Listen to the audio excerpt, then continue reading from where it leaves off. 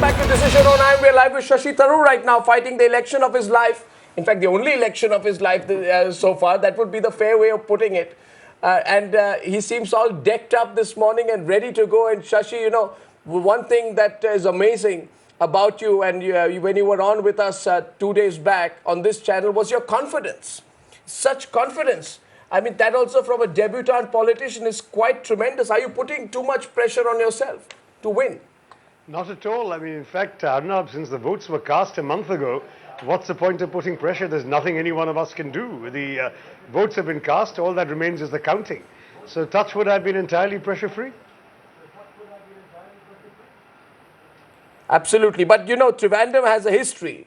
And last time, you know, the winning candidate got 38% of the vote. I know that, you know, left front, you know, candidates often reasonably get 50, 51, 52% of the vote. But nevertheless, the history is not in the Congress's favor. And it's not the kind of elections that's totally Congress or totally left, you know, Trivandrum. No, in fact, Thiruvananthapuram is particularly complicated, Arnab, because there are 5 national parties in the fray. No one is going to get a majority, that's clear, because in addition to myself and the left, which is the typical pattern throughout Kerala, UDF, LDF, here we also have a strong BJP candidate, a strong BSP candidate. Both Mr. Advani and Ms. Mayawati came and campaigned in Thiruvananthapuram for their candidates.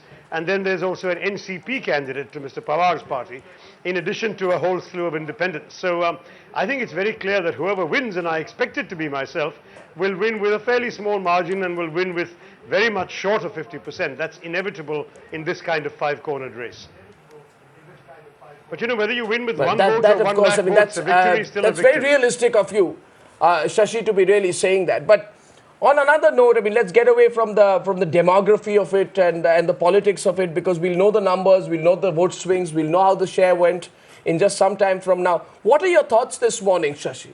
Your career, author, writer, you know, columnist, you know, you've had a corporate role recently. You've been years as a diplomat, fought the UN Secretary General election. I mean, what have you not done in the last 1 year? It's a whirlwind for you. And your thoughts this morning on such an important day for you, Shashi? It is an important day. It's certainly an opportunity to really turn the page and to start writing a new chapter of my life, one way or the other. As I said, I expect it to be a political chapter. My thoughts are actually not so much about myself, because I'm going to be one out of 543.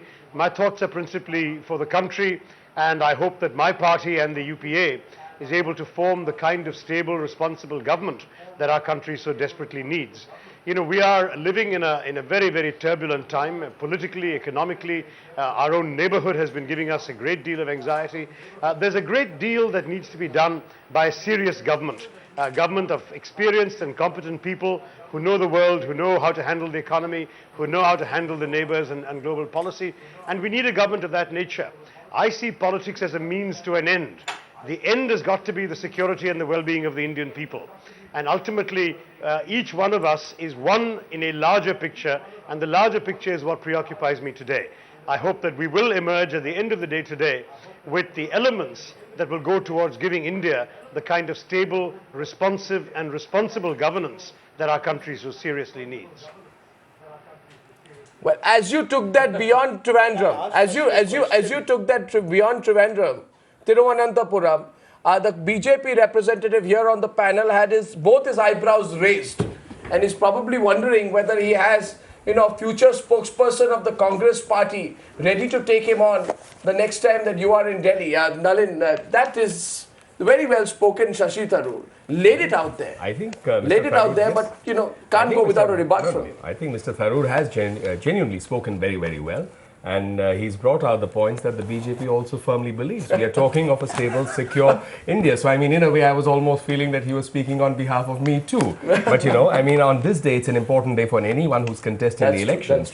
And I think all 543 people are waiting for the results. And one has to wish each one of them. But just a quick question to you. Would you wish him best of luck? Because depending on your response, I determine who your biggest threat is, the left or the Congress. No, I don't think it would be, one needs to look at partisan lines that, you know, I would be giving my best wishes to Mr. Tharoor because he's in the Congress and not in the left or something like that. I think in any case, every good candidate deserves to win. Well, Shashi Tharoor, let me say, on behalf of all of us. Thanks very much for joining us. Have a great day.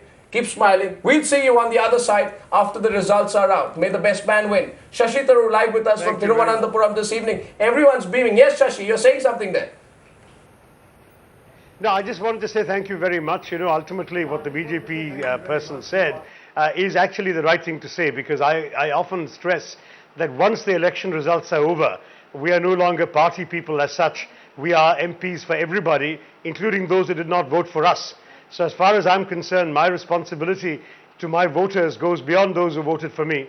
And similarly, every member of parliament has a responsibility to the country as a whole.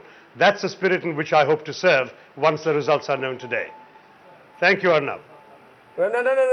You're getting into dangerous ground, because the last person who spoke in such language, you'll remember very well, was John McCain. You remember that's exactly what he said. Now, you don't need to say that. Your verdict's not out. You should say I'm the Obama, not the John McCain of this election in Thiruvananthapuram. Thanks very much, Shashi Tharoor. Keep smiling, and we'll see you on the other side.